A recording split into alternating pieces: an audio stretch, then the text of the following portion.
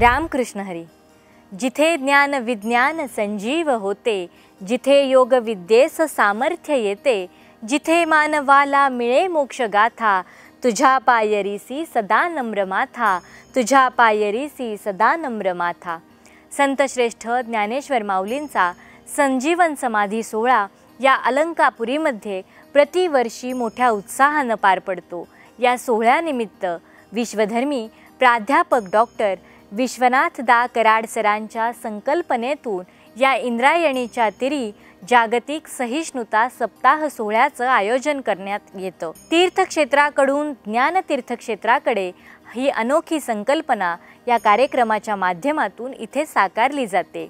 श्री संत ज्ञानेश्वर तुकाराम ज्ञानतीर्थ, विश्वरूप दर्शन मंच, MAERS MIT शिक्षण समूह, विश्वशांती केंद्र आळंदी यांच्या वतीनं हा सोहळा अतिशय भक्तिपूर्ण वातावरणात आणि उत्साहात भजन कीर्तन याच्या निनादात साजरा होतो. 7 दिवस चालणारा हा सोहळा त्याची क्षणचित्र या कीर्तनधारा कार्यक्रमाच्या माध्यमातून आम्ही आपणासमोर सादर करीत आहोत. यात ज्येष्ठ संत, कीर्तनकार, प्रवचनकार यांचे विचार या मंचावर सादर होतात.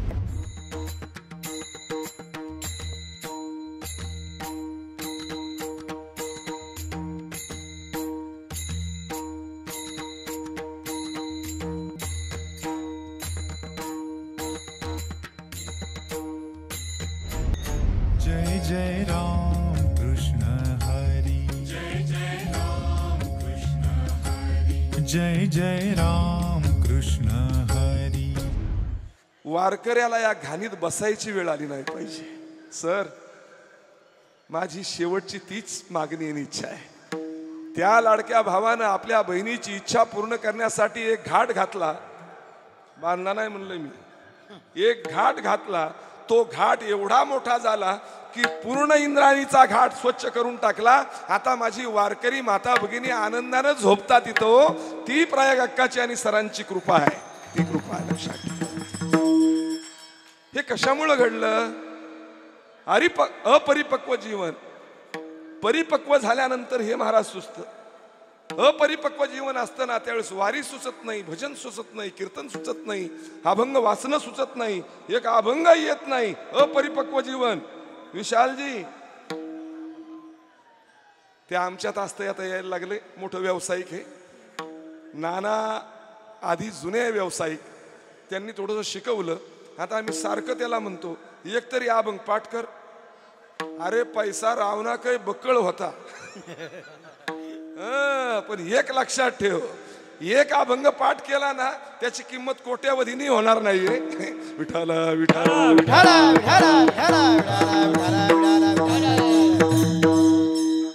ही जी भाषा आहे, हे जे विचार आहेत ना, ही परिपक्वतेची लक्षण आहेत. फक्त कराड सरांसाठी या परिवारासाठी सेवा करतो का? ते सुद्धा सरांसाठी नाही. सरांचं प्रेम माऊलीवरती आहे म्हणून सरांची सेवा आहे. विठाला विठाला विठाला विठाला विठाला. आणि चांगली कार्य घडतात ना, ती परिपक्वतेची लक्षणं असतात. तुकोबरायांचं जीवन सुद्धा तसंच होतं.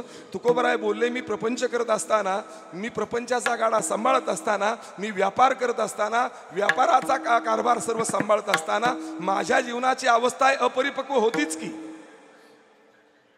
पण माझी अवस्था कशी झाली? सद्गुरूची कृपा झाली. सत्यगुरु राये कृपा मज केली, परिणाही घडली सेवा काही. तो अभंग पाहून घ्या सापडविले वाटे जाता गंगा स्नाना. सद्गुरूचा वरदास्त मस्तकावरती पडला. माझ्या अपरिपक्व जीवनाचं अशी अवस्था पुढे झाली की माझं जीवन परिपक्व त्या सद्गुरुरायामुळे झालं. त्याच्यासाठी तुकोबाराने एक उदाहरण दिलं. ते उदाहरण म्हणजे अभंगाचं पहिलं.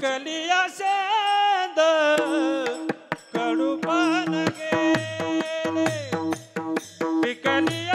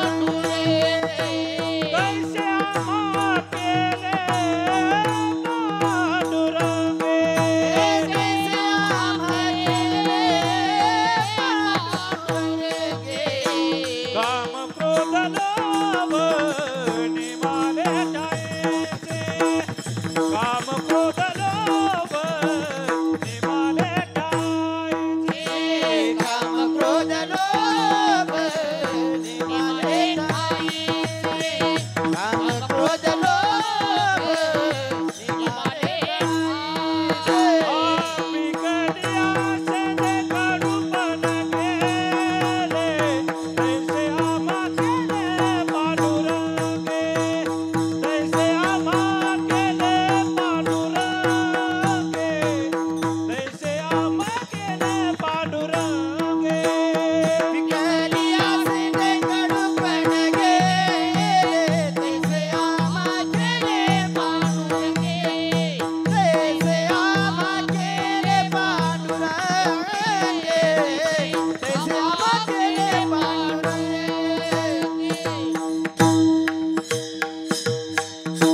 अभंगाच्या प्रथम चरणामध्ये जगद्गुरु तुकोबाराय प्रतिपादित करतात, बाबांनो संसारात माझंही जीवन अपरिपक्व होतच की, अज्ञान रूपी अंधकार माझ्या डोळ्यावर होताच की, महामळे मन होते जे गांधले, सद्गुरूची कृपा नंतर शुद्ध चोखाळले स्फटिक जैसे. माझी अवस्था तीच होती की, कशी होती हे पहिलं चरण आहे. पिकलिया शेंद कडूपण गेले, अथवा पिकलिया शेंदे कडूपण गेले. शेंदफळ असतं ना ते कच्चं असतं, त्यावेळेस कडू लागतं, कडवट. आणि एकदा का ते पिकलं, परिपक्व झालं, बरोबर ना. कुठलंही फळ घ्या, आंबा जर कच्चा असताना खाल्ला, कैरी तर आंबटच लागते, टाकून देतो आपण. एकदा पिवळी जर्द झाली, नाही नाही हात जातोच तोडायला, आणि एकदा तोंडात घातली ना, वाह काय मधुर आहे, याचा अर्थ परिपक्वता आहे, लक्षात ठेवा. जगद्गुरु तुकोबारायांच्या जीवनाची परिपक्वता त्या फळासारखी झाली म्हणले. तैसे आम्हा केले पांडुरंगे. एक सांगू, परिपक्व जीवन झाल्यानंतर काय घडतं?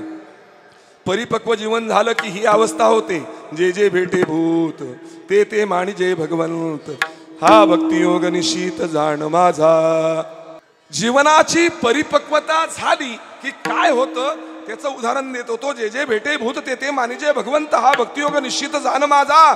प्रत्येक जीव देवाचं स्वरूप भासायला लागतो. जन बेजन झाले आम्हा, जन बेजन झाले आम्हा, जन बेजन झाले आम्हा, जन बेजन झाले आम्हा.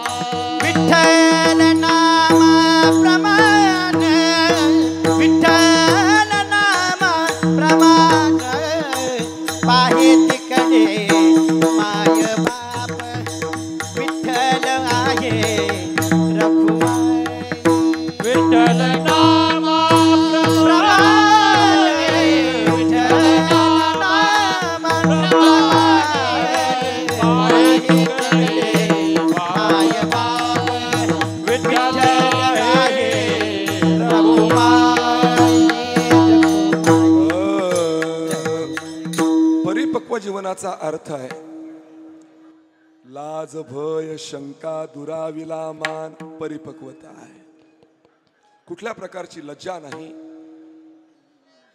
कुठल्या प्रकारचं असणार भय नाही. माऊली ज्ञानराजा विठ्ठलपंतांसह रुक्मिणी मातेसह सारा परिवार तिकडे राहत होता सिद्धबेटात, एका झोपडीत जंगलामध्ये. गाववाल्यांनी वाडीत टाकलं होतं ना, तिथं कुणाचं भय नव्हतं, ना कुणाचं भय नव्हतं, ना जन्म मरणाचंही भय नव्हतं. लक्षात ठेवा, त्याच्या पलीकडे झाले जीवन, मुक्त जीवन म्हणजे परिपक्वता आहे. लक्षात ठेवा. धर्मवीर शंभूराजांना ज्या वेळेस तिथं लाकडाला बांधलेलं आहे, हातामध्ये साखळदंड आहेत, मध्यरात्रीला औरंगजेब विचारतोय ना, अय संभा, कई पलों के बाद तू मरने वाला है, तेरी आखिरी ख्वाहिश क्या है? धर्मवीर शंभूराजे मरणाच्या दारात होते. औरंगजेब विचारत होता, तेरी आखिरी ख्वाहिश क्या है? शंभूराजांनी रुबाबात सांगितलं होतं, माहिती होतं शरीराचे तुकडे तुकडे होणार आहेत, पण शंभूराजे रुबाबात सांगत होते, माझी आखिरी ख्वाहिश मला विचारतो ना, माझी एकच शेवटची इच्छा आहे, साखळदंडातून मोकळं कर.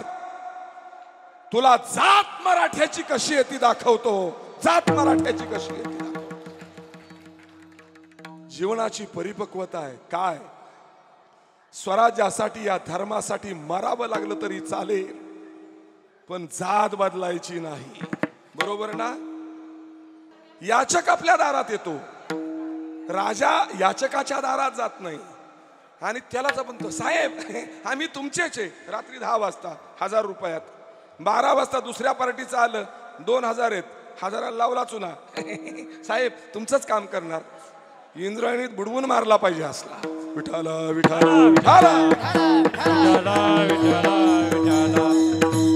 अरे ही अविचारा अपरिपक्वता आहे. शिवा काशीदाला माहिती होत मला सिद्धी जोरच्या शामियान्यासमोरून जायचंय, मला मरावं लागणार आहे. शिवाजी राजाची कपडे अंगावरती घातले, जिरे टोप घातलाय, दिसतोय शिवाजी राजासारखा, पण हे शिवाजी राजासारखं दिसणं मला मृत्यूच्या दारात घेऊन जाणार आहे. राजे विचारतात त्याला, शिवा नको हे वेड धाडस करूस, नको शिवा जाऊस. शिवा काशीदाचं उत्तर ऐका, राज अरे असलं भाग्य कुणालाही मिळतं होय?